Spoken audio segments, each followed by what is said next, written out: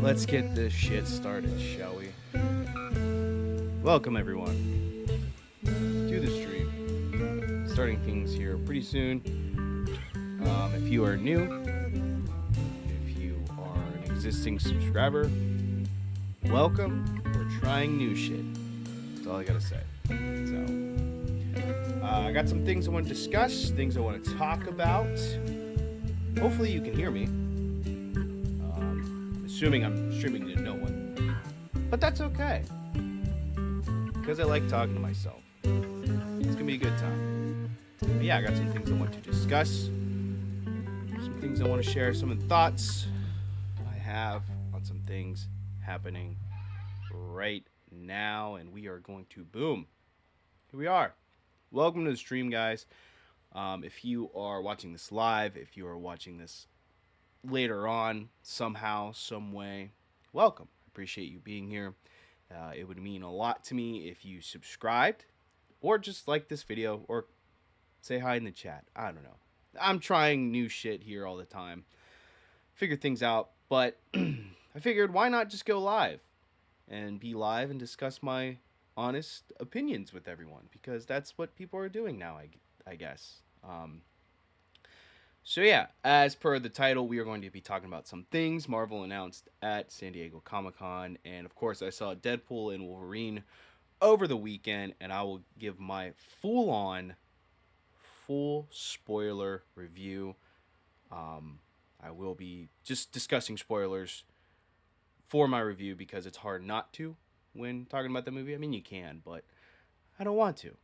So we're going to do that.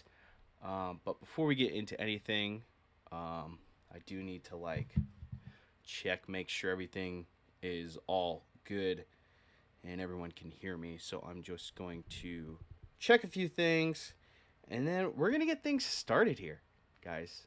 It's going to be I don't know, not too visually appealing stream, because I just figured this is the easiest way to discuss my thoughts and opinions. So it's going to be kind of chill. If you have your thoughts and opinions, I would love to hear them in the chat. I'm sure a lot of people would disagree with me, but hey, that's the world we live in. But I'm going to check a few things, just to make sure they're all good here. So Just bear with me for a couple of moments. And I just need to make sure things are working here.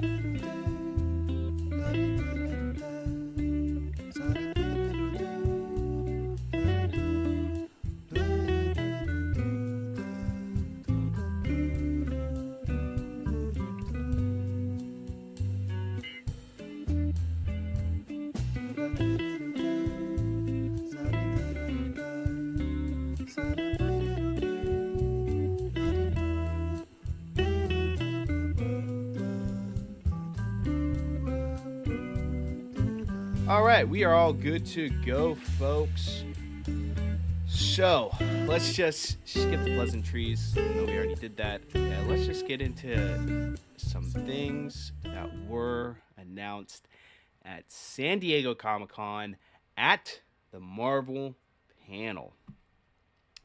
Obviously, there's one big thing that was announced, and it's right in the thumbnail of this live stream, and that was that Robert Downey Jr.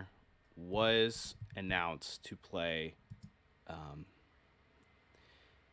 Doctor Doom in the new movie Avengers Doomsday, which is quite interesting here. Sorry, I'm like unprepared. It's gonna be a pretty chill thing, I guess.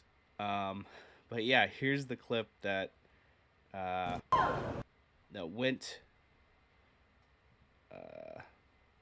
viral on the interwebs. Let me see if I can find a longer clip. This one doesn't have... Hold on, folks. We're just going to vibe here today for about an hour. And then things will be all right. All right, here's a good video.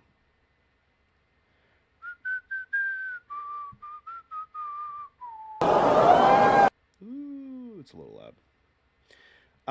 Another big thing with this announcement too is not only was RDJ announced as Doctor Doom, but also the Russo brothers are coming back to direct the next two Avengers movies, which I believe are called Secret Wars and Doomsday. And then of course they announced that Doctor Doom will be played by Robert Downey Jr. And here is the clip that went viral over yesterday. You see, boom, here we go. It's 20 seconds. Here we go.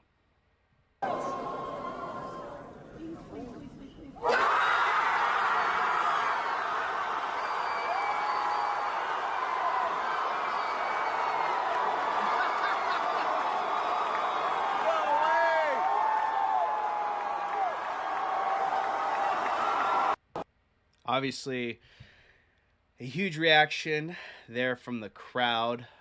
But how do you guys feel about this? I mean, I know how I feel about this. You know, obviously, when you see Robert Downey Jr., you know what he brought to the MCU, you know, with his portrayal of Iron Man. And it was very important and very critical to the success of that franchise. And now they're bringing him back to play, I'm assuming, another version of Doctor Doom, because I'm pretty sure there is a version of Doctor Doom that is Tony Stark. So I'm assuming that's kind of the way they're going with. Obviously, they're not going to come out and say it's a variant of Tony Stark right away. They're just going to say it's Doctor Doom. But I'm like 90% sure that's kind of the pivot they're going towards. And I don't know how I feel about this. Actually, I kind of do know how I feel about this. I don't think they should bring... I don't feel like... My initial reaction was, I don't feel like they should bring back RDJ at all. You know,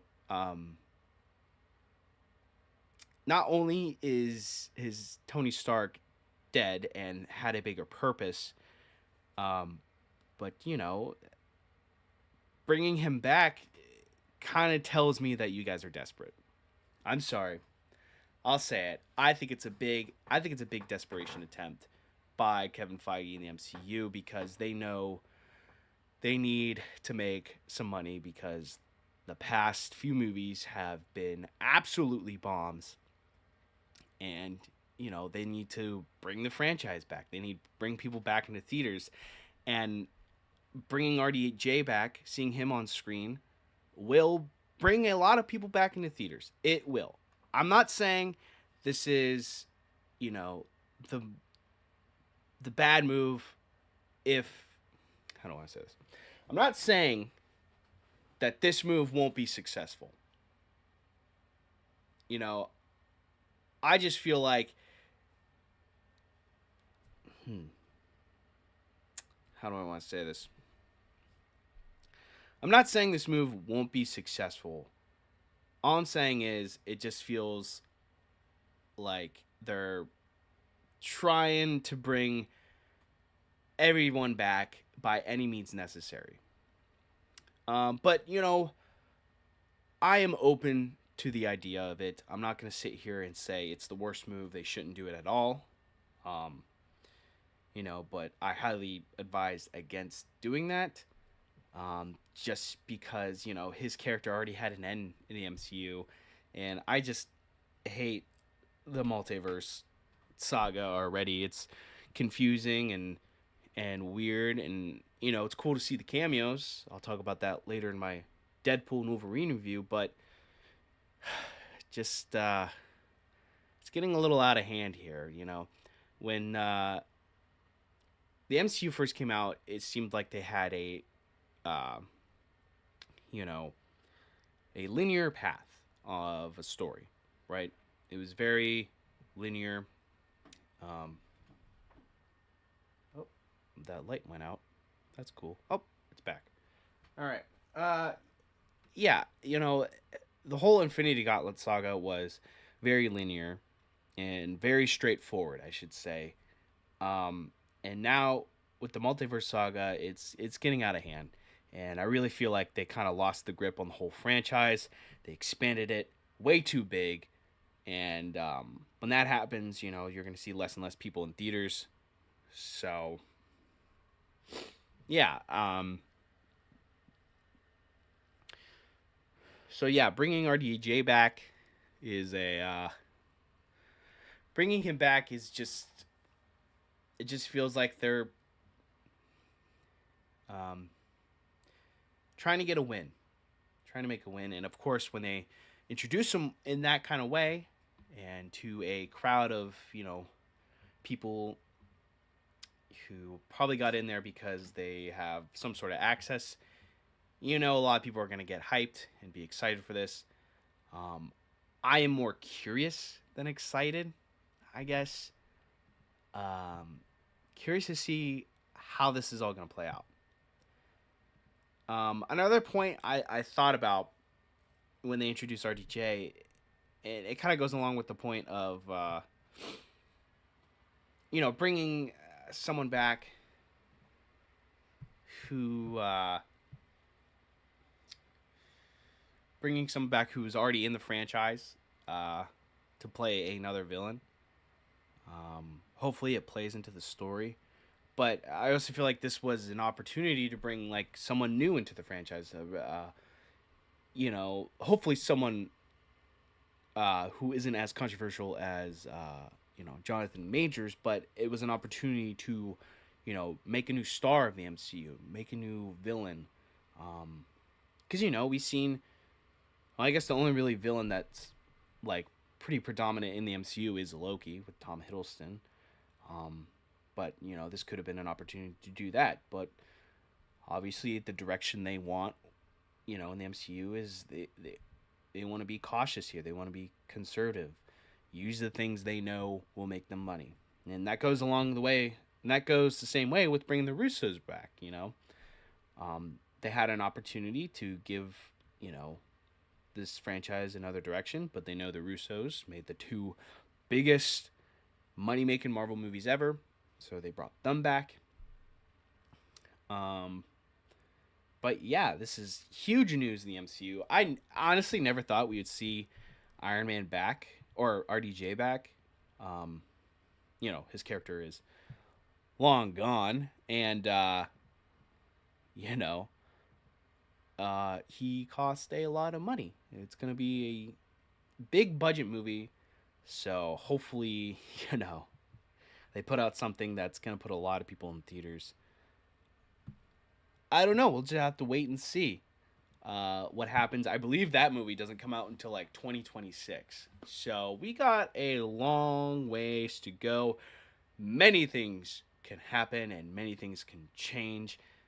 I think this also confirms that Jonathan Majors, obviously he got fired, but they are deviating away from the whole Kang Dynasty thing.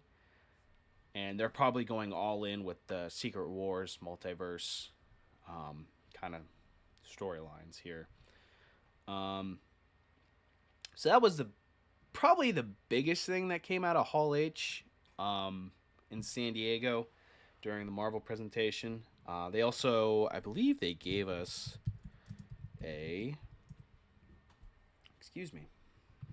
some other announcements that weren't just that. Let's see what else, what other movies they announced. Let's talk about this. They announced Fantastic Four. I believe they showed like a little trailer. And they brought out everyone on the cast. And then, of course, they had this fucking thing flying around. What the hell is this? It's not CGI, folks. That's real.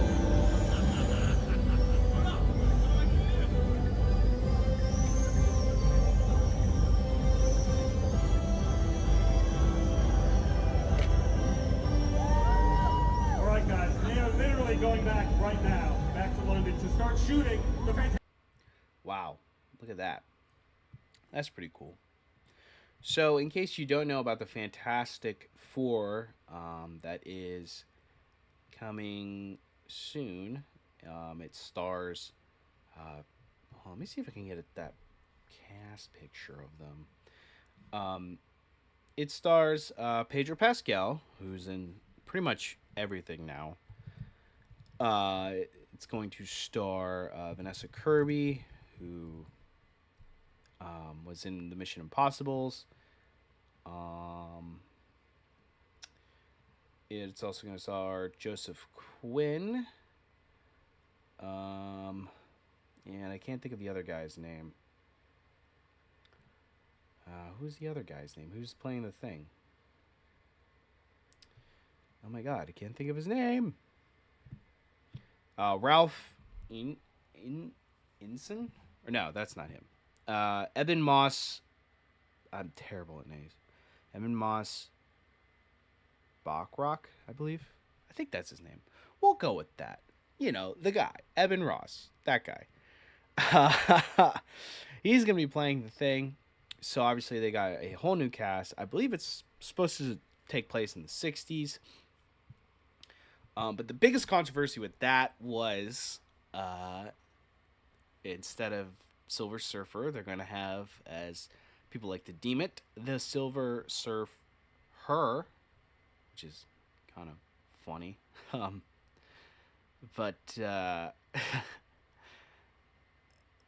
it is set to premiere. This movie is set to premiere on July 25th, 2025. So it is going to be next summer, which is pretty soon, honestly.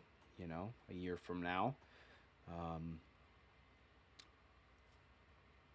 I don't know where they're going to go with this, honestly. I have no clue. Again, with this whole multiverse storyline they're going with, is this going to be part of the MCU multiverse? Is this going to be part of, like, something different? Are they going to come into the MCU's multiverse? It's a bit of a mess now, and it's getting kind of confusing. And I just hope this ends relatively soon, because I am not a fan of it.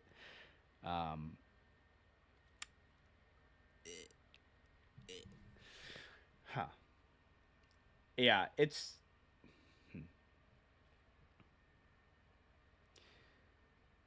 I don't have really, big connections with the Fantastic Four, so I really don't care about this movie, honestly. I like Vanessa Kirby. Pedro Pascal is always good, I guess. Joseph Quinn's going to be interesting.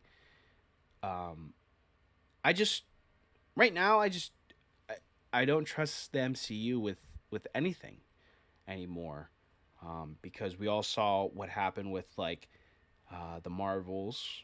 We all saw what happened with like Thor: Love and Thunder. You know, everything after Endgame is just like, can you trust it? Ant-Man Quantumanium, what a shit show that was. Like, I don't know. It's either going to be something really good, like Spider-Man No Way Home, which I doubt, or it's going to be something horrendous, like the Marvels. And based off the casting and the story decisions they're going with, I'm guessing it's going to be like the Marvels. Because why not? You know, America needs a woman Silver Surfer, even though, you know, she's in the comics for like 2 series, I guess. But it's just like, why not bring, why not just stick to the original comics as you possibly can? Stick to it as closely as you possibly can. You know, bring back all the loyal fans, and that will make you some money. I hate to say it, but that will make you some money. That will bring people into theaters if you give them like good original stories. So as you can see here, here's a picture of all of them on set. Now I know they did show a trailer during this presentation, or some type of thing. Maybe it was just fake news made up online, but I am not going to show that because that is going to get me stricken down, and you'll never see me ever again. Let's see here. What else did they announce? I want to see if I can get like a. Usually I have like a timeline or something like that.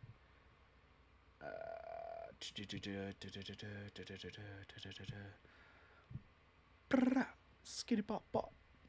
That right there.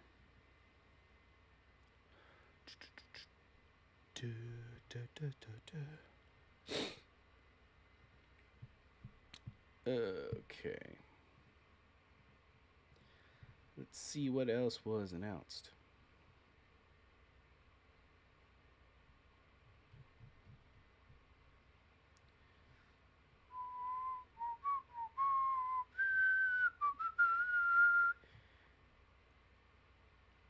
Oh, they had some Thunderbolts content, I guess. I guess David Harbour showed up in full costume. Take a look at that. This was from the Thunderbolts presentation. San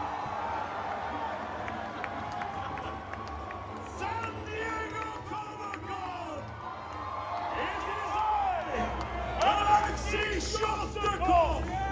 I've come here today to introduce you to the brand new team of heroes in the MCU! It is this great team, I have to tell you. They're wonderful. They are the Thunderbolts. We think all the same thoughts. We take care of each other. We show up for each other. Let me introduce you to... Oh my God. You guys didn't dress up? Yeah, so that's gonna be an interesting one. The Thunderbolts are, I don't know what to feel about that show or movie. I guess it's a movie either.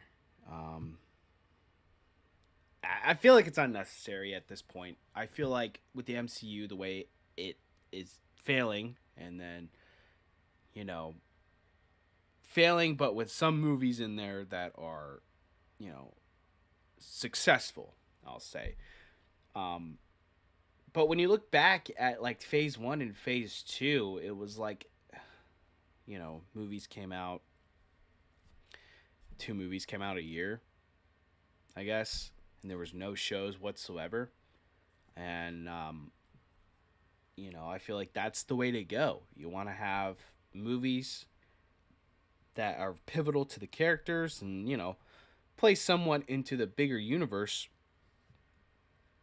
But it seems like now they're just making movies out of any character that can pull strings out of. Like the Thunderbolts. I have never heard of the Thunderbolts until they announced it. And I just don't care at all about the Thunderbolts. What does this have to do with, you know, the bigger picture, you know? And plus, there's going to be so many characters on screen when they do the Secret Wars thing and all these freaking universes collide. It's going to be probably, I don't know, it's going to be a lot. And you have to do it the right way. And there's going to be so many stars on screen, too. I mean, that's going to be like half the budget is just getting everyone on screen. But I really wish they went to, like, those single movies where it was just, like, a character and he's fighting a villain. You know, simple superhero movies. Simple superhero movie stuff. But, you know, that's just me. That's how I grew up with the you know, superhero movies. So yeah, the Thunderbolts is let's see if I can fucking get a cast here. It's David Harbour as the Red Guardian, who was, in my opinion, probably the best part of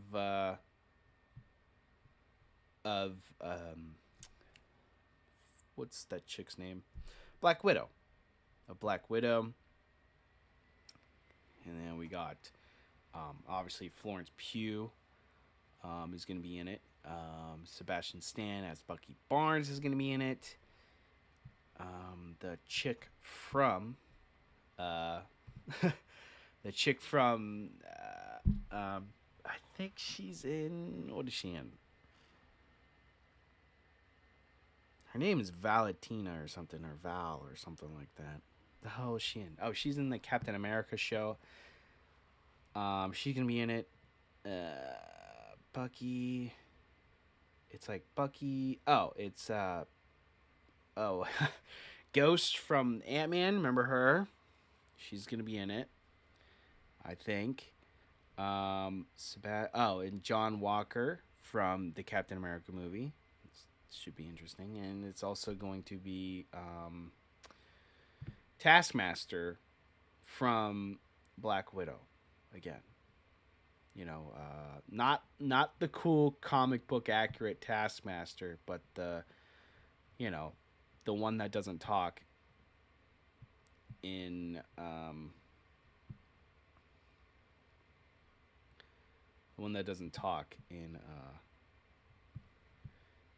Black Widow. Here's a picture of all of them from an IGN article. There she is, Julia Louis-Dreyfus. That's the actress who's playing kind of like the one that gets them all together. Then there's Ghost, obviously the Red Guardian, Florence Pugh, Bucky, John Walker, and Taskmaster. I guess they're supposed to be kind of like Suicide Squad version in the MCU. Cool, I guess. These are all just like Florence Pugh is the only one. Florence Pugh and Bucky Barnes are really the only ones that are like star power, I guess. Like in terms of their characters. Everyone else is kind of like a B-list character. I mean, Taskmaster isn't even as cool as they were in the comics. They're just like a shitty version of them. Ghost is just weird, and you haven't seen them in a while. I feel like they're just thrown in there because you know, diversity and inclusion and shit like that. I don't even know who the original Thunderbolts are supposed to be. It's probably like Doctor Doom and fucking cool Doctor Strange or something like that. I wonder who they are. Who are the original Thunderbolts?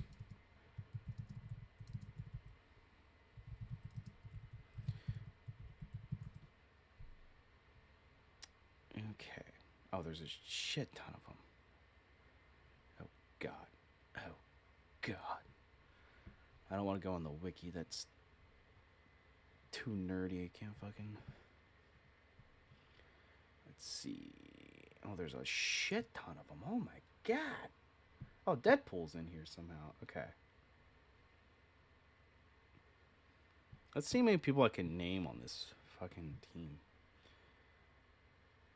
Let's go here. This is some sort of comic, I guess. It says Justice Like Lightning Thunderbolts. Okay.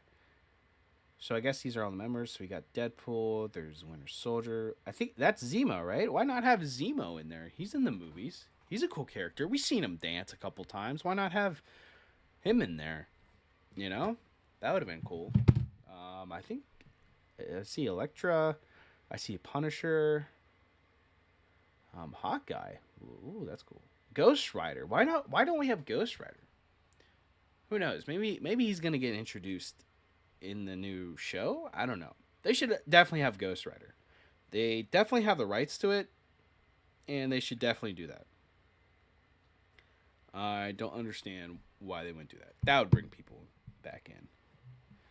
That would definitely rake in the cash. You'd be surprised how many Ghost Rider people there are. And we got the Juggernaut back there. Red Hulk. He could be in this movie because the other MCU movie coming out is Captain America, Brave New World. And you know who's in it? That's right, Harrison Ford, the Red Hulk. When I saw Deadpool and Wolverine, I saw that trailer and you know, it looks like the most basic, generic movie. It just okay. Captain America, Brave New World was like reshot a shit ton of times. They don't know what they're doing with it. And the trailer just looks like it's trying to be Winter Soldier. Like Captain America and the Winter Soldier, like the movie. And good luck with that. But I imagine it's just going to be, I don't know, it's going to be classic MCU, trying to be grounded, but I don't know. I feel like there's going to be some weird shit, and it's going to be not interesting and boring. Like, the thing, too, is they have so much potential with these characters, with Sam Wilson, with Harrison Ford's character, what's his name? General Ross, with his character, and they're probably going to do just the minimum with them. And that's the next movie. And that's the next movie coming out in February, which should be interesting. And will it continue this momentum? Will the MCU continue with this momentum that it did with the ending of Deadpool and Wolverine and Cathartic? Did you like the ending, especially the fight scenes with the variants? I haven't got really too much into my Deadpool and Wolverine review, but I will tell you this. I had fun. And without getting too much into it before we get into that section, I did have fun with it. I did have problems with it, but ultimately, you know, I think it was a cool fight scene. It was cool. And I wouldn't expect anything less. But since you brought up Deadpool and Wolverine, why don't we get into discussing that film? I did see it twice over the weekend because I had so much fun with it. But let's get into it. Let's talk some spoilers. So if you haven't seen Deadpool and Wolverine yet, I'm assuming you did, Karthik. Karthik? I think that's how you say your name, Karthik. Appreciate you chatting in. I'm assuming you saw it. I'm obviously asking that question. But yeah, I'll get into it. I'll talk some Deadpool and Wolverine here. Just give me 1 second. I'm going to use the restroom real quick. And we'll get into discussing Deadpool and Wolverine, complete spoiler review. Let me know if you guys have any scenes or questions like Karthik? Oh, you didn't like it. That was awful. Production design, too. It was terrible. Damn. We have completely different opinions. But I can see where you're coming from. Because the choreograph... Okay, I'll get into it in my review. We'll come up. I need to use the restroom right now. But I can definitely see where you're coming from. And I don't disagree with you, 100%. I'll say that. But thanks for chatting in. I'll be right back, guys. I gotta use the restroom. All right. Stay put. Or, check out my other videos while we're waiting. But I'll be right back, and we'll get into Deadpool and Wolverine. The full spoiler review. We can talk spoilers. I'll be right back, okay?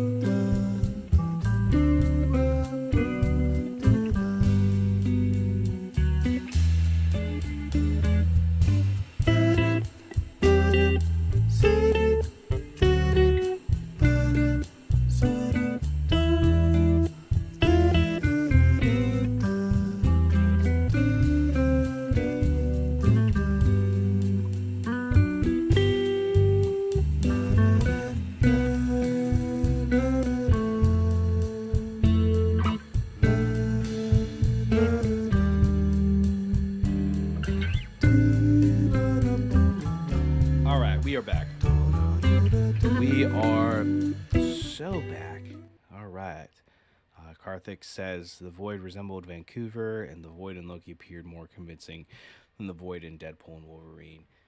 Yeah, I can agree with that. The Void in Loki seemed like it was just like a smaller area, and had a lot more Easter eggs and stuff like that. Hold on, let me put up the spoiler. The spoiler thing here, because we are going to discuss some spoilers. Will this appear? Boom. Whoa, spoiler talk. We're gonna keep that up just so people know it's we're talking spoilers here. Yeah, I can agree with that. The Void in Loki did seem a lot more I don't know. But then again, it's a void. Is it supposed to seem more lively and more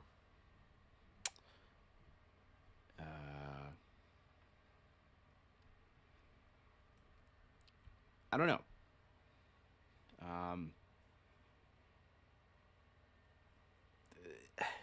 The Void in Loki, like I said, felt like it was smaller, more condensed. And the Void in Deadpool and Wolverine was just my camera is not focusing. Okay, was very just seemed like the normal world. Cause one, they're in the desert, then they go in a cornfield in the woods. But yeah, I can agree with you there, Karthik. Thanks for chatting in, giving your opinions. We always appreciate that. But yeah, we'll get more into it. More into Deadpool and Wolverine. Came out over the weekend. Before I give my thoughts, get more into my thoughts and opinions, I do want to bring up two things here. First thing I do want to bring up is the Rotten Tomatoes score. Because, it's always good to see how people think about these movies. Okay? So here is the Rotten Tomatoes score for Deadpool and Wolverine. As you can see, it's sitting at a 79% critics score and, of course, a 97% audience score. And generally, people like this movie. Critics seem to, think it's pretty decent. And, of course, audience scores are going to love this movie because as we get into it, there's more cameos. There's a bunch of Easter eggs, references, really fan service type of stuff here. So that's interesting to see. It's always good to see what people think about this movie in terms of like audience and critics. And usually, if both the scores are high, it's worth a watch. And I would say this movie is. If you have seen the other Deadpool movies and appreciate the X-Men and the Fox universe, then this movie is definitely worth the watch. And if you have never seen Deadpool movies or anything else, then I would suggest not watching it, because you probably wouldn't understand half the things you say. Half the things they say in this movie you probably wouldn't get at all. Another thing I do want to point out before we discuss plot and details is this article from Variety. Box office Deadpool and Wolverine Marvel hits 96 million opening day, 6th highest of all time. So this movie is killing it in the box office, and that is a huge deal for Marvel and the MCU because this movie is technically under Disney's ownership, and they haven't been hitting out of the park home runs here in the past probably since Endgame. Since No Way Home, they haven't been hitting out of the park movies. And this is a huge deal, not only because, it's becoming profitable, but also because it's rated R.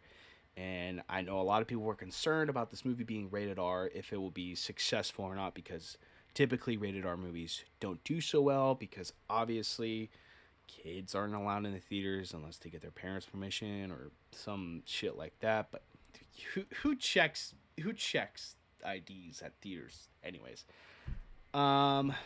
So as you can see, it clawed up a massive 96 million from over 4,200 locations across Friday and preview screenings. And that's far the biggest domestic opening day of the year, ahead of the 62 million Inside Out 2. And like I said, it's the largest ever rated R feature and the 6th highest of all time, not adjusted for inflation. So that is a huge win. That is a huge win for Marvel and MCU. Karthik, I see you. The movie was funny, though I did not like it more because of the ending and production design. Yeah. Whoa, camera just glitched out. Yeah. I don't know. The ending wasn't like anything spectacular. But it was an ending, production design. I don't know. I felt like the production design in terms of like costumes and in that, was pretty decent. But, yeah, I mean, when people watch movies, it's always like some things give you more, people appreciate different things in movies, so I can definitely see where you're coming at. Obviously there's gonna be criticism of this movie because I will say it is not the perfect movie whatsoever. I mean, I had problems with it, other people had problems with it, but I did find it enjoyable. But to conclude, yeah, this box office is going to be important because I think this movie will have legs. It's going to keep getting word to mouth, and I think a lot of people are going to go see it next weekend, the weekend after. A lot of people are probably going to see it twice because there are so many Easter eggs in this movie that people need to go back and rewatch it. So what did I think of the movie? What is my review of Deadpool and Wolverine? I will just I will begin with this. Okay, I was a huge fan of. Hold on here. Hold the phone. All right, let me start out with this. I was a huge fan. Hold on. Hold the phone. Okay. I'll just say this, guys. I was... let me restart this whole thing, because I completely lost my train of thought here. I grew up watching the X-Men, old X-Men movies and the old Fox universe. Those were my superhero movies, and Hugh Jackman was my Wolverine. So, of course, I'm going to have the most biased opinion about this movie, because Hugh Jackman is awesome. Wolverine's probably my favorite comic book character, and my second favorite comic book character is Deadpool. So I have massive bias when it comes to this movie, but hear me out. All right, this movie is fun. This movie is entertaining. Sorry, I have to stop here. Karthik just came in. Top Gun Maverick was a bad movie, and I'm still surprised it made so much money, while Thor Ragnarok didn't. A lot of people like Top Gun, so you're probably in the minority there. To be fair, a lot of people like Tom Cruise. When they say a star doesn't draw in box office numbers, no, they 100% do, and Tom Cruise is one of those stars. So, yeah, don't be that surprised. And Thor Ragnarok, I'm surprised.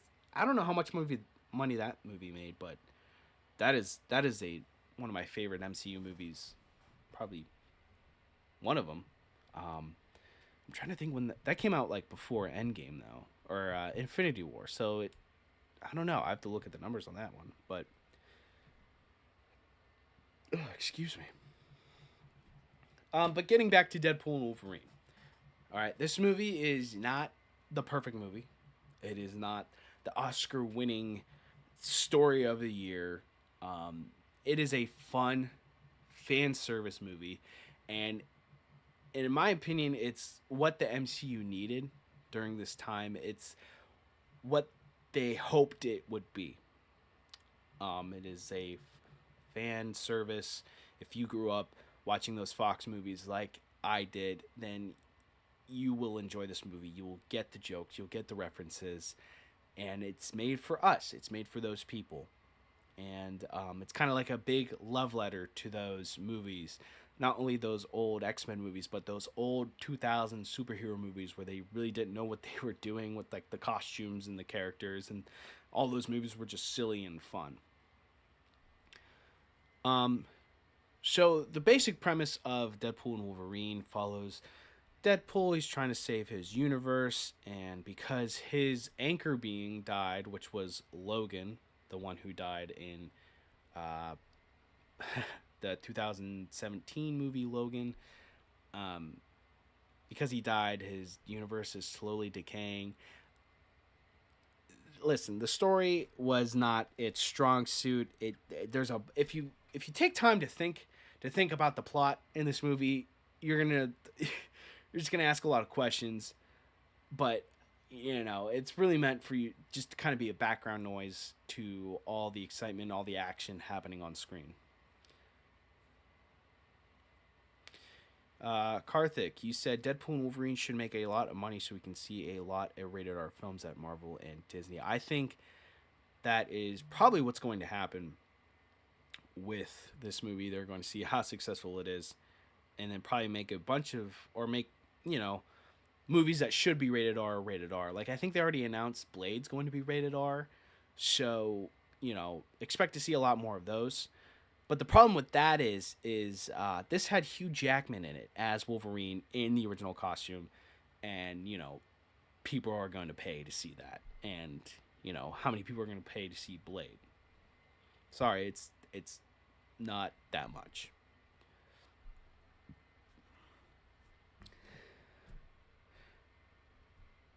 Shit, after watching Deadpool and Wolverine, I want to read it our version of Frozen.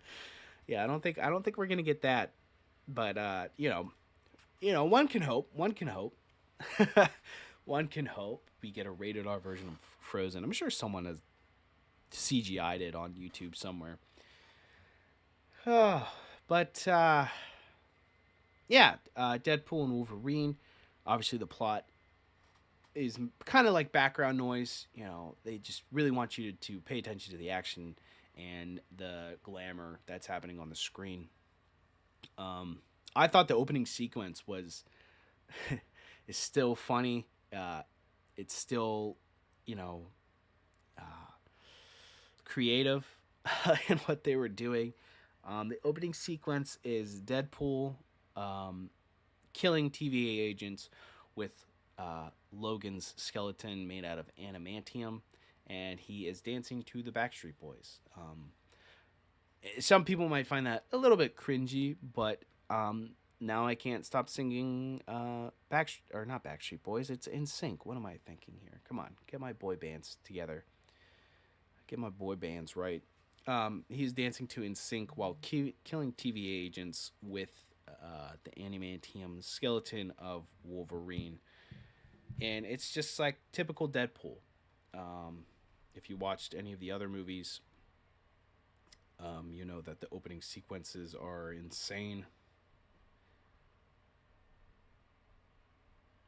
Does this opening sequence beat the previous two? I'd say it's better than the second one. Or no, I don't know. They're all really good opening sequences now that I think about it. But it's what you expect from a Deadpool movie. If you've seen the other two, you knew that it was going to be fun. It was going to be entertaining right off the bat. Thunderbolts should also be rated R film. They should make full use of Sentry. I don't know who Sentry is. I got to be honest here. I don't know who you're talking about. But Thunderbolts rated R, that could be interesting. It could be very interesting. The entry scene was awesome. Yeah, I agree. The opening scene, you know, kept you engaged. It was very entertaining. The action, the choreographed action sequences was cool. I thought it was very well done. And, of course, you got that Deadpool humor in there, which is always fantastic. Then after that opening scene, I believe it kind of, like, slowed down a lot. Really slowed down. Oh, Sentry is Marvel's Superman. Oh, interesting. Yeah. Huh. That would be fun. Is he supposed to be like a dark Superman? I don't know. Anytime someone says like dark Superman, I'm always interested in it because Superman's supposed to be this good, you know, generic good guy. But what if he's dark and evil? Kind of like a Homelander. Like I always find Homelander's characters so interesting. So yeah, that would be awesome if the Thunderbolts did that, rated R. But the thing with that is like they can't make every movie rated R because I feel like Deadpool and Wolverine's like a very, it's an exception to the rule, I think, you know, just because it was Hugh Jackman as Wolverine, Ryan Reynolds as Deadpool, you know, you got all these things working for it that, of course, it's going to make money, you know. But, you know, that could change. So after this opening scene in Deadpool and Wolverine, you know, I think things kind of slowed down. We see Wade, what he's doing now. He tried to interview with Happy Hogan to be an Avenger, but obviously that failed. And then we see he's trying to sell cars, and of course there's this running joke that I thought was hilarious about the Honda Odyssey being the shittiest car ever. Yeah, there's some jokes like that, some running jokes throughout the movies that kind of hit for me, and then there's other like just like dumb and crude humor that you know, you just kind of like, you know, don't laugh at. So the jokes, I would say most of them hit, but some of them, they just don't, and it's kind of cringe. But basically, the plot of the movie kind of continues in the direction of he gets captured by the TVA. They want him to be part of the sacred timeline now. That is, you know, the Avengers MCU timeline, and because his world's gonna die because he doesn't have an anchor being, and he doesn't want that to happen because he has a bunch of friends and family in this universe, and he doesn't want them to die. So what does he do? He goes and finds another anchor being, aka other Wolverines, and we get a montage of Deadpool going through different universes with different Wolverines. And this montage was incredible. And I thought it was just fantastic to see all the different iterations of Wolverine. The first one we saw was a comic book accurate height of Wolverine, which is like 5'3", and it's this little short guy that shows up at a bar. And it's just stuff like that where they kind of, service to the fans, and Deadpool's there making jokes about it. It just all works, and I thought it was fantastic. Todd Johnson's here, says, "What's up, brother? I live in San Diego. Seeing them at Comic-Con was dope. Just subscribe to your channel." Oh, thanks, man. I appreciate that. You stopping by. Hopefully you saw the big announcements that happened there, because it looked like everyone enjoyed that. Yeah, subscribe to the channel, like some videos. Gambit and Blade and Elektra rocked that movie. Hell yeah, I think so too. We'll get into that a little bit later, but I agree with you. Where was I? Oh, the Wolverine montage. So we got to see comic book accurate height of Wolverine, which was like 5'3".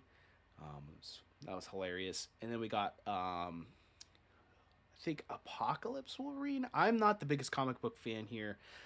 I kind of get all the references. I don't. But we got to see the one without a hand. I think that's Apocalypse Wolverine. I don't know. People are going to correct me if I'm wrong. I just saw him, which is kind of like this 80s style Wolverine with like big hair. We got to see what's the brown and yellow suit Wolverine, and we got to see the Hulk, which was kind of a cool reference. We got to saw Patch, even though we didn't see him for that long. We got to see him.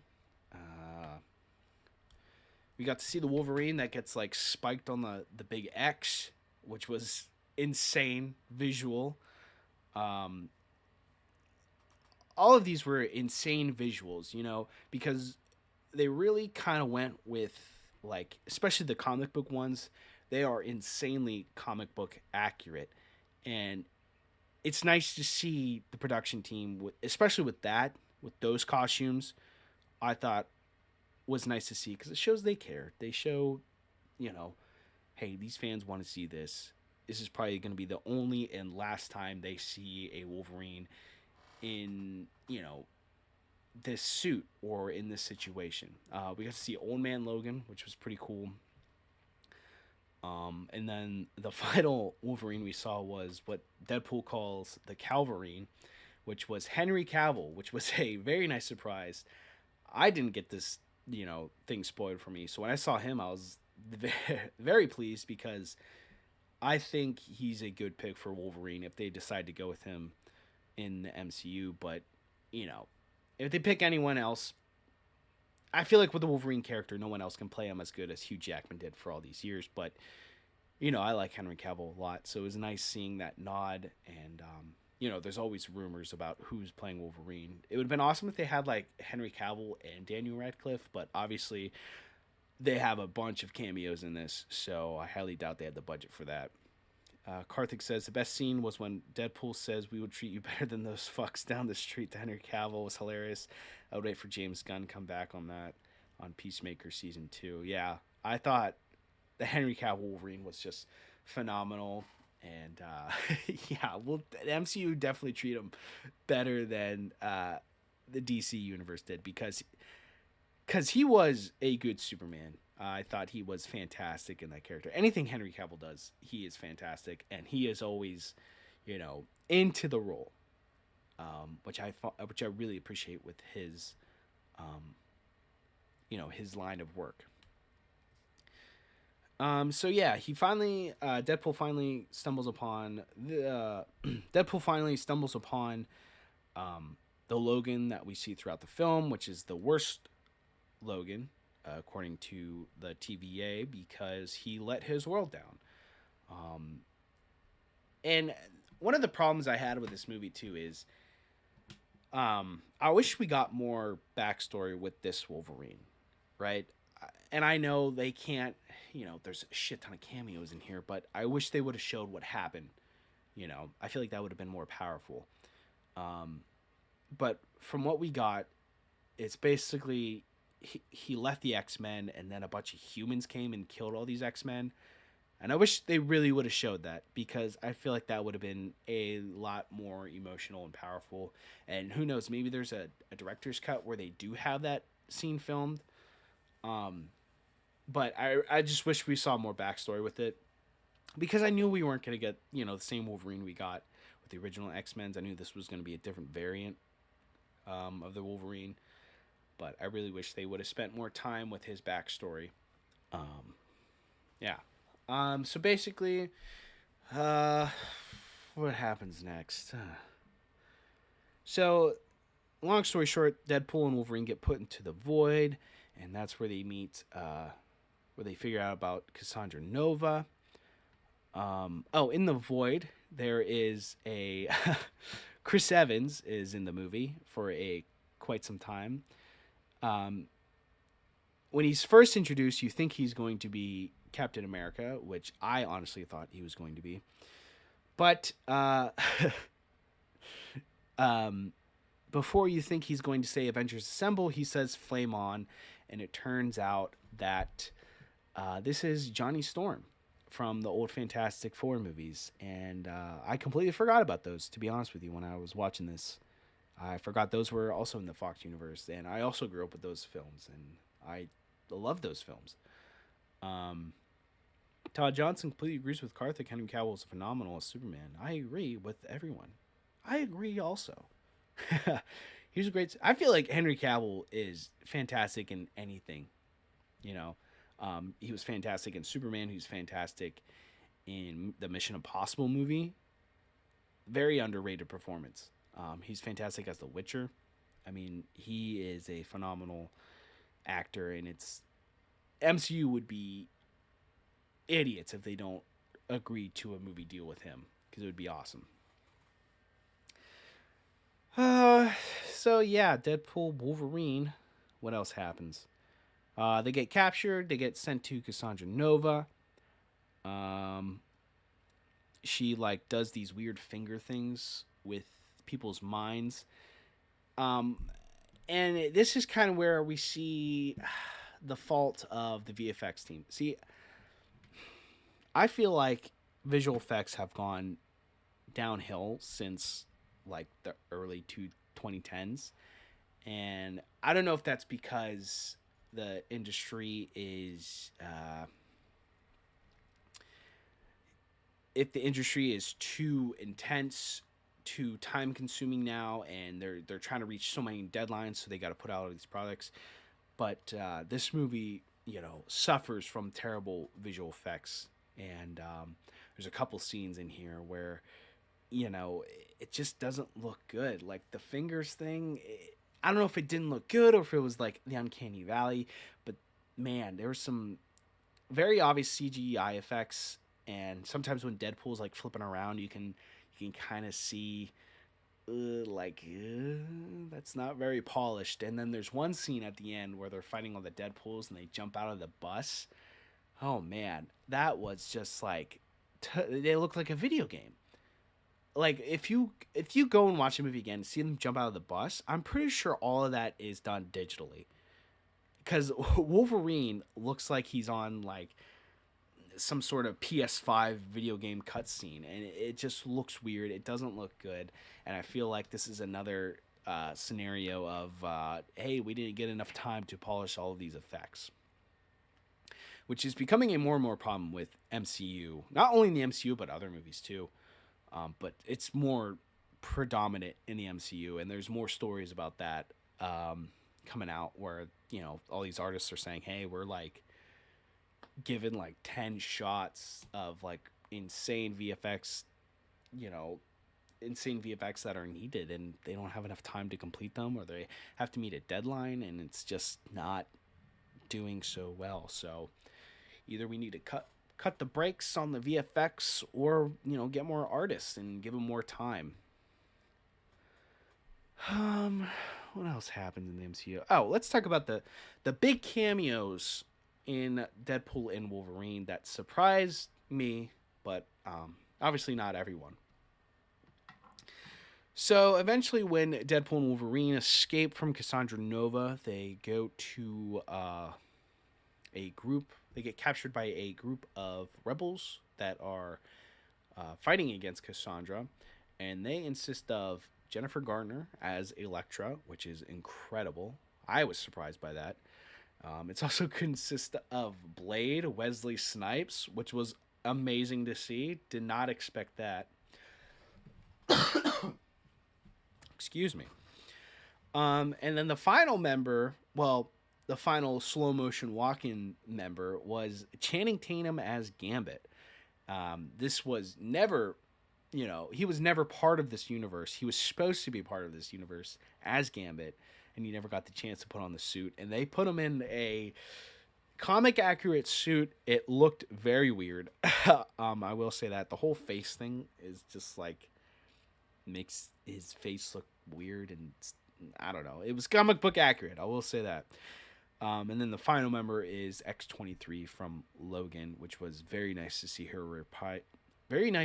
reprise her role.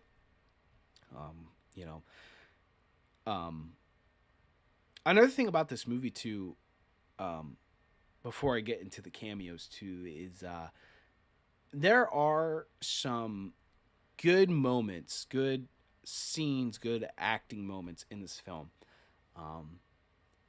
With all the Deadpool movies, there's always like a deeper meaning or some sort of like, more emotional part of it. And, there's some emotional parts here. And Hugh Jackman still has the acting chops. I will say that. He plays his character the best to his ability.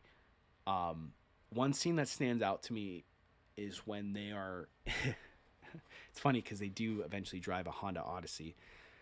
But they're in the car and they're arguing, and there's a scene where Wolverine just is like going at Deadpool, and he's like, "What makes you think you could save the world? You couldn't even save your relationship with a stripper." And it's like, I don't know, something about that scene was like, I was like, God damn it, he's still like, why is this so well acted in a movie that's supposed to be funny and just filled with action scenes? It just completely caught me off guard, and I was just like, damn, Hugh Jackman is a fucking phenomenal actor, and you cannot change my mind at all. Todd Johnson says, completely agree with you. Special effects were insane with this movie, like an American Werewolf in London. Special effects were way over the top. I think it's hard to, I can't read it, put in the time. Yeah, I don't know what like the deal is with these. I wish I had insider information about,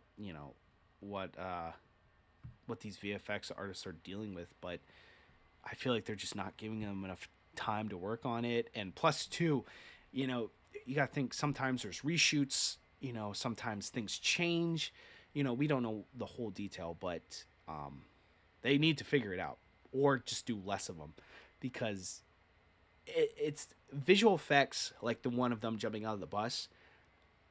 And there's a joke where Deadpool says, "I didn't stick the landing. That's all they're going to remember." No, what I'm going to remember is the shitty special effects that happened. That kind of ruined that intense scene with them, finishing off that wonder of them fighting all the Deadpool. What was I talking about before that?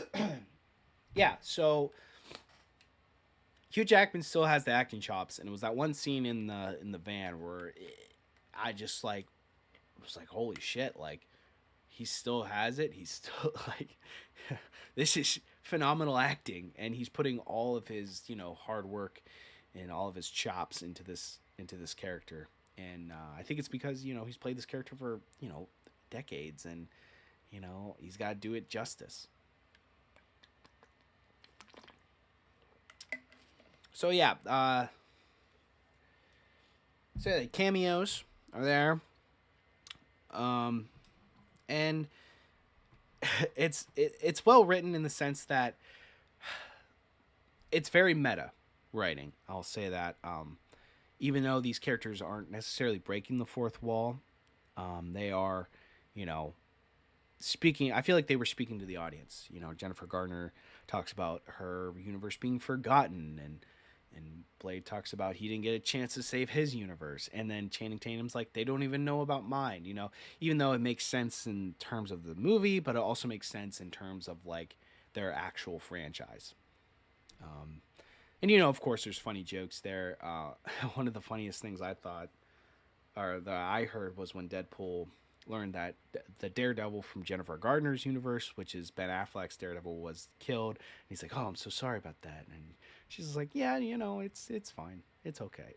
I thought that was super hilarious. There was a lot of jokes like that in this movie. Surprisingly, I'm surprised with a lot of the things they got away with. Honestly, Deadpool kind of bashes the MCU a lot in this movie. When Wolverine first comes in, he's like, "You're kind of joining at a low point here in the MCU." I'm like, God damn, they let him have at it. What else? Oh yeah, so it was nice to see those cameos from Jennifer Garner's Elektra, Blade, Gambit. They all decide, hey, let's go just have a big fight scene, one last hoorah. And they go to Cassandra, and they have one last hoorah, and it's the most violent fight scene, beat 'em up, you know, that they could possibly have. And, you know, thank God this movie was rated R, because I love seeing Gambit just blowing up dudes in half. And I thought that was really cool. And just Blade shooting people, that was awesome. Yeah, there's moments where you're just having fun in this film, and that's all you really need. And that's what the MCU needed. They just needed a fun, good film to bring people back, you know, show people they still got it. What else? Let's talk about the ending. We can go straight to the end. So they escape the void, and they're trying to stop Cassandra Nova, save his planet. Again, if you think too much about the plot, you're gonna it's gonna be messy. But if you go into it just enjoying it like I did, it's gonna be fun. It's gonna be a good time. It's probably not gonna win any Oscars. It's not gonna win any awards. But hey, it's a good thing to see in theaters. Oh no, my camera. Oh, there it goes. Todd Johnson says, I wish they would have brought in Pyro. Well, Pyro was in the movie. In case you didn't notice, he's the one that deflamed Johnny Storm. But they didn't really give him a lot of screen time. But he's a cool character. What else? Okay, so the ending with all the Deadpools, you know, as discussed before the film, there's a plethora of Deadpools in the void, and they're all brought out to stop Deadpool and Wolverine from getting to Cassandra Nova. Ugh. And we see this big fight scene, oneer with Deadpool and Wolverine finally puts on his little mask, and we get the full, you know, yellow and blue suit Wolverine, which is spectacular to see. I love seeing that. It's what people have been asking for since he started playing this character, and it was nice to see. So they have this fight scene. They bring in all these Deadpools, and if you watch the credits, you know, if you stay for the after credit scene and you read all the Deadpools, all their voices, there was like Blake Lively, there was Nathan Fillion, Matthew McConaughey was the cowboy. There was a bunch of people, and this fight scene was cool. I'll say that.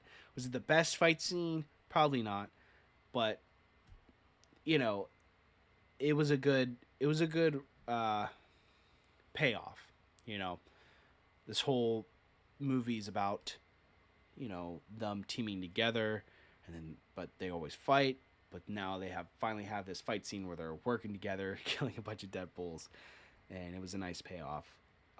Like I said, the only really downside to this was them jumping through the bus, and the CGI was just off. Completely took me out of it, and that sucks because if you don't stick that ending, that's all I'm gonna think about is that CGI Wolverine just standing there, and I'm pretty sure it was a CGI Deadpool too. And yeah, it just God, it just didn't look good.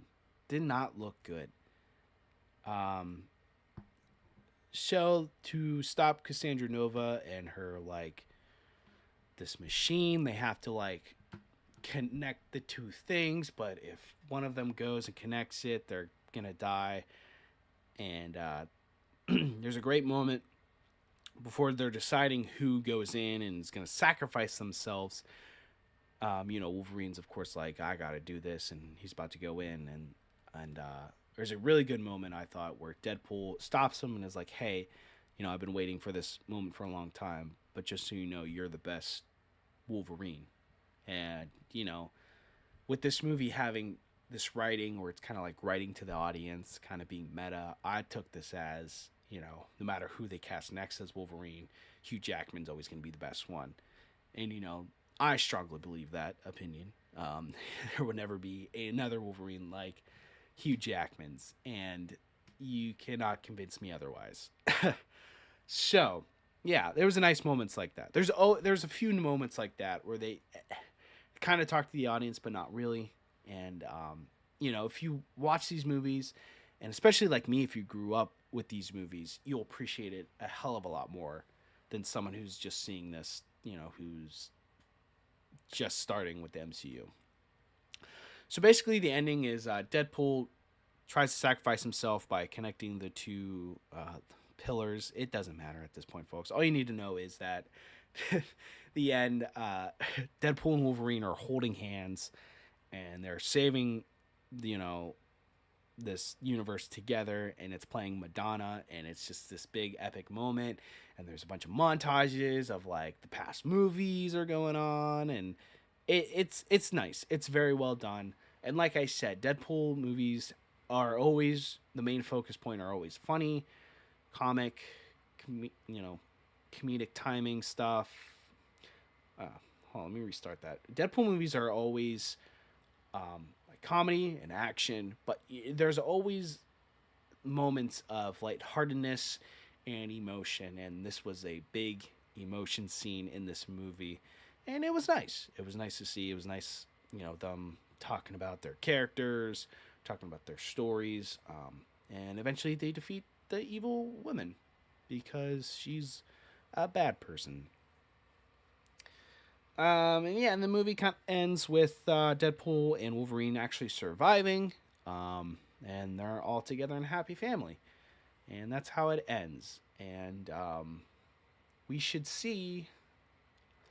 And I honestly believe they might bring back Hugh Jackman as Wolverine, because they're going to see the success of this movie, and they're going to see big bucks. They're going to see big money with that character.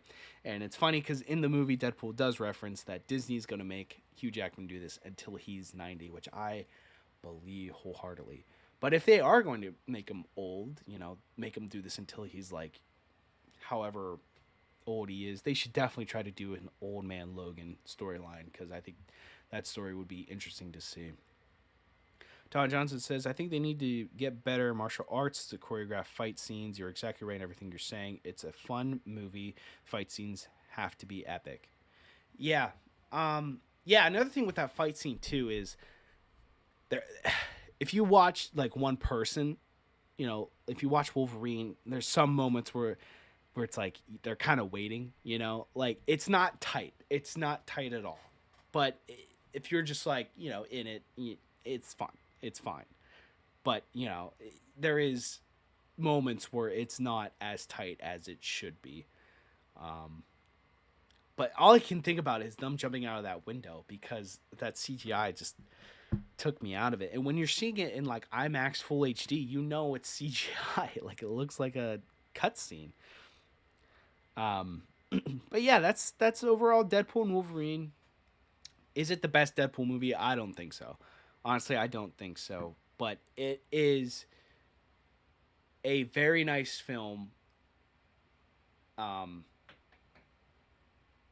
I will say the film is a very nice love letter to those old Fox universes. There is even like a little montage and during the credits where they play like clips behind the scenes of all the Fox movies and stuff like that.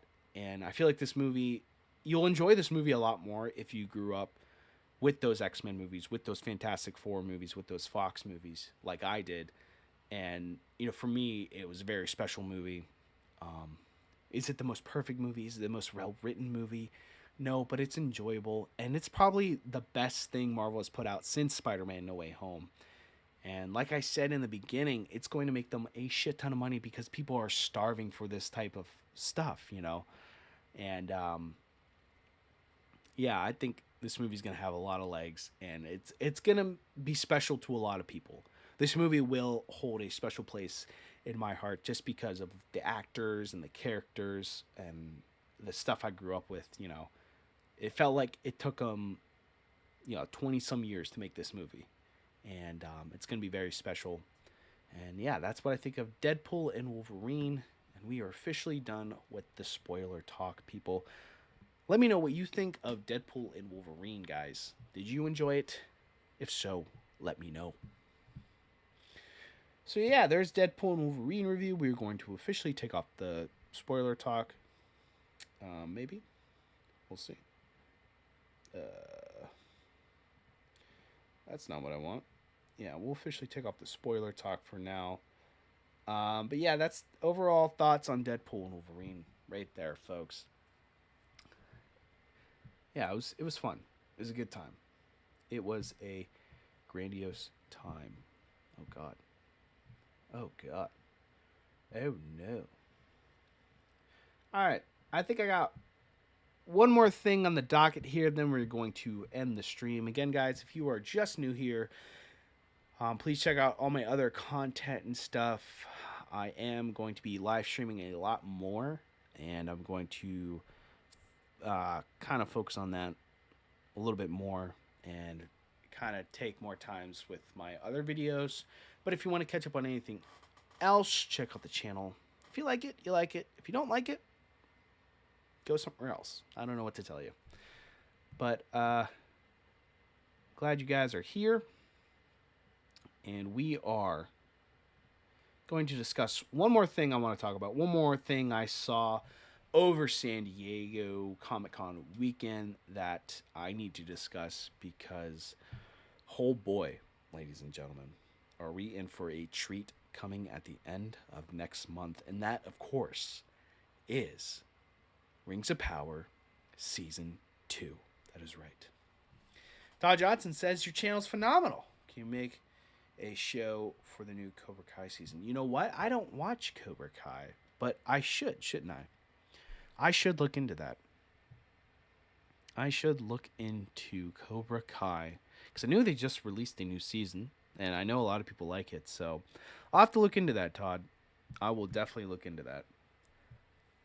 I will definitely look into that. But for now, Todd, what we are going to talk about is something even more phenomenal than my channel and something even more phenomenal than Cobra Kai.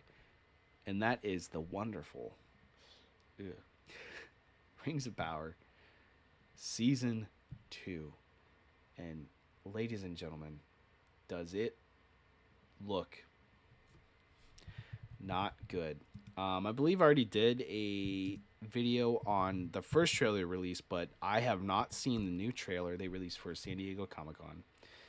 And it's already getting the downvotes. And there it is. There it is. There we go.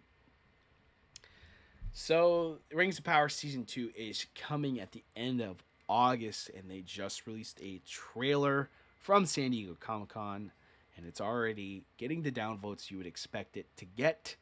And guys, we are in for a treat. We are truly in for a treat.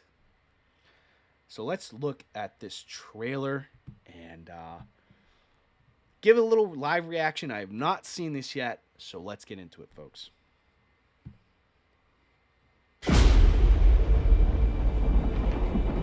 Sauron sees himself as master of all Middle-earth.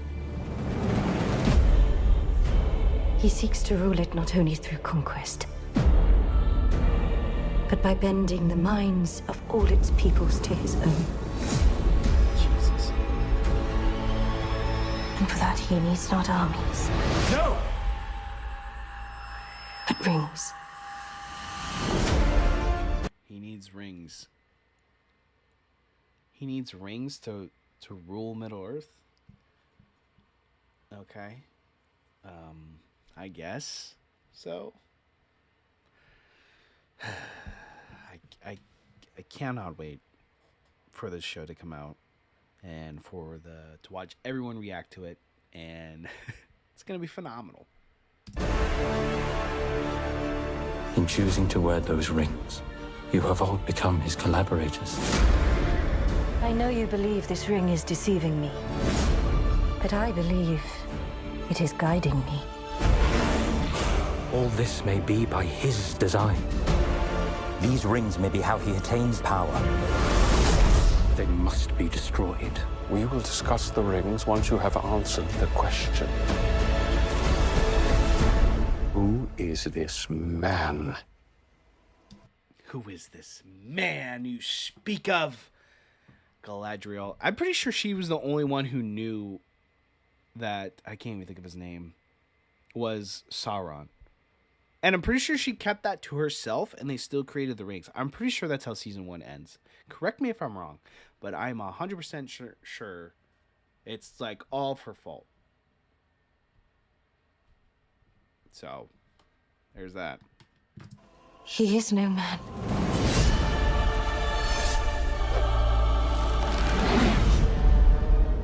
He deceived me. He is Sauron. What am I to call you? A sharer of gifts. Isn't that Sauron? Wasn't that just him?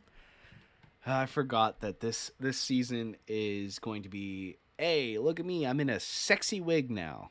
And he closely resembles the one guy from House of the Dragon. But just ignore that. We totally didn't copy their homework. Our work begins now. I have walked across mountains and deserts to help my friend find his destiny. Oh, Return of the Hardfoots. Can't forget about those people. Not the hobbits. Not the hobbits. Can't say that. They're Hardfoots, all right? Can't forget about Frodo Hartfoot right here. That's basically who this character is. One the fate of the world may depend on. Is it my task to stop the fire? Is it my task to face Sauron? To try and cheat death might lead to an even greater catastrophe. Father, take off the ring.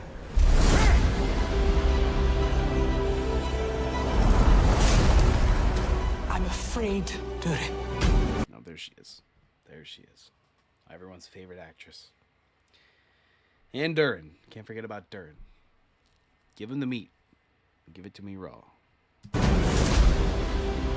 Every soul in Middle-earth is in peril. Will you abandon them to their doom? No, what have you done to me? Sexy Sauron. We just need like this picture of him and then put on the Giga Chad filter. That would be amazing. That's what we need. That's what the memes are going to be. Leave Sauron to me. Promise me, Elrond. You will not stop until he is destroyed. Forgiveness takes an age. Oh, they're bringing in the trees. They're going to disgrace Treebeard. They're going to have female Treebeard. I can't believe that. They're going to gender swap. They're going to gender swap Treebeard. I can't wait for that. That's going to be so good. Todd Johnson says, brother, have you heard that RDJ is playing Dr. Doom? It looks good. This show looks awesome. Well, me and you have totally different opinions on the Rings of Power, but I did see Robert Downey Jr. is playing Dr. Doom. I talked about that a little bit earlier. First initial thoughts was, yeah, that's kind of dope, but my other thought was, are they bringing him in just to, make some quick bucks there? But, those are just my early reactions. I would love to see where this goes, but we have so much time until we see that movie, and it could completely change, over the years. I need your axe, old friend. Fight with me. Fight with our friends!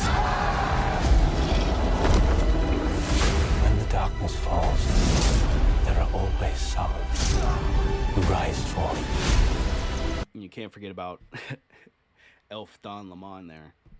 Can't forget about him. But honestly, him in season 1 wasn't too bad. He was kind of cool. So, yeah, I don't know. Season 1 of the show was pretty bad to get through, and I can't imagine it gets better in season 2. But you know what? Hey, I am hopeful. Okay, I am optimistic. All right, got to be optimistic. And shine.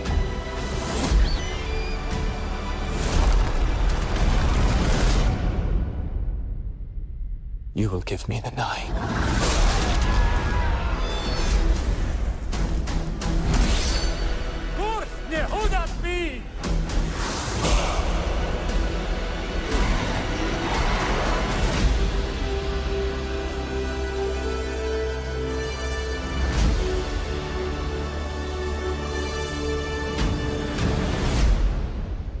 Wow.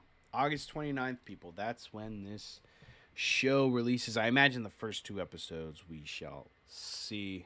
I don't know. This is a trailer. I mean, this is a trailer. Obviously, season 1 for me wasn't the greatest. I did not like it all that much. It was just overall the biggest crime it had was it was boring, and it made no sense to with the existing characters. I am not a complete Tolkien nerd, I guess you would say. I don't know all the lore. I'm not that deep into Middle Earth, the Middle Earth wiki, I guess.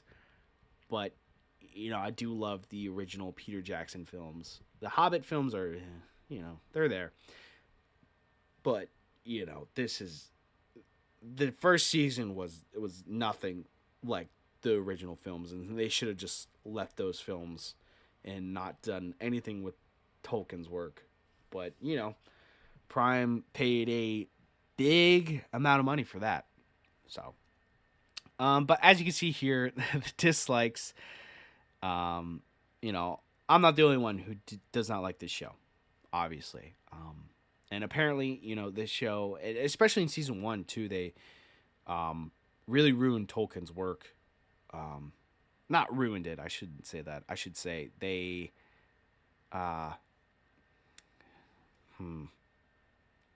they didn't ruin it. They just didn't respect it like Peter Jackson did in his original trilogy. But the best part about all these trailers, and this was especially true with the other trailer they showed for this season, is the comments. Showrunners, how much money do we have for CGI? Amazon. Yes. Hope Galadriel is unburdened by what has been. I'll probably be hated for saying this, but Galadriel killed millions when she blew up the Death Star. Sand people travel in single file to hide the numbers. Gandalf. Obviously, that's a reference to Star Wars, which is also another franchise ruined by the hands of people who do not respect the lore. But yeah, Obviously, a lot of people still upset, still memeing on this show. And it's going to be interesting. I am definitely probably going to tune into this show when it comes out. So we shall see how that all goes. But I thought that was interesting and cool to react to the Rings of Power Season 2 with the San Diego Comicon trailer. Let me know what you guys think of this show. Have you seen Season 1? Are you excited for Season 2? That's the bigger question. Are you excited to see how boring this show could be and how much money Amazon is going to waste? Because I think they're wasting a shit ton of money. Okay, folks, that is all the things I wanted to talk about. Went a little bit over, but that's okay. I'm going to try to do streams every Sunday, guys. Probably around the same time. So if you enjoy this, if you enjoyed this stream, come back next week, I guess. Todd Johnson says, yeah, the Fantastic Four was good to resurrect that franchise. Yeah, it can. If you're talking about the new one, I think it totally can. It totally can, bring people back. Because I know a lot of people who like those characters, the Fantastic Four characters, and their stories too. So we shall see. But I'm going to end the stream here, guys. If you guys are joining me later, if you guys are joining me now, please be sure to check out this channel. Check out the rest of this stream. If you like it, give it a like. That helps out a lot. Todd Johnson says you need Robert Downey Jr. That acting is at its best. That is true. That is true. Robert Downey Jr. is a fantastic actor. But I think with that casting, I'm hoping it's like a Iron Man variation of Doctor Doom. I'm hoping. If it's not, I'm going to be very upset because they should have just brought in another actor. A lot of people were saying Cillian Murphy could have been Doctor Doom. That would have been amazing. Imagine like Cillian Murphy being a bad guy. That would be awesome. Yeah, Todd, thank you for chatting up. Karthik, thank you for chatting it up. If you're still here, be sure to like, subscribe. Yeah, streams like this are going to be coming out more often. I'm going to be working on some bigger videos for the channel. So look out for those. Don't know when those are going to come out because I need a lot more time to make those. But we are going to try to stream every week and upload clips throughout the week. So I really appreciate everyone being here, everyone chatting, everyone liking, subscribing, the whole gig. I really appreciate you guys. Now I gotta end the stream. Thanks, guys. We'll see you next week.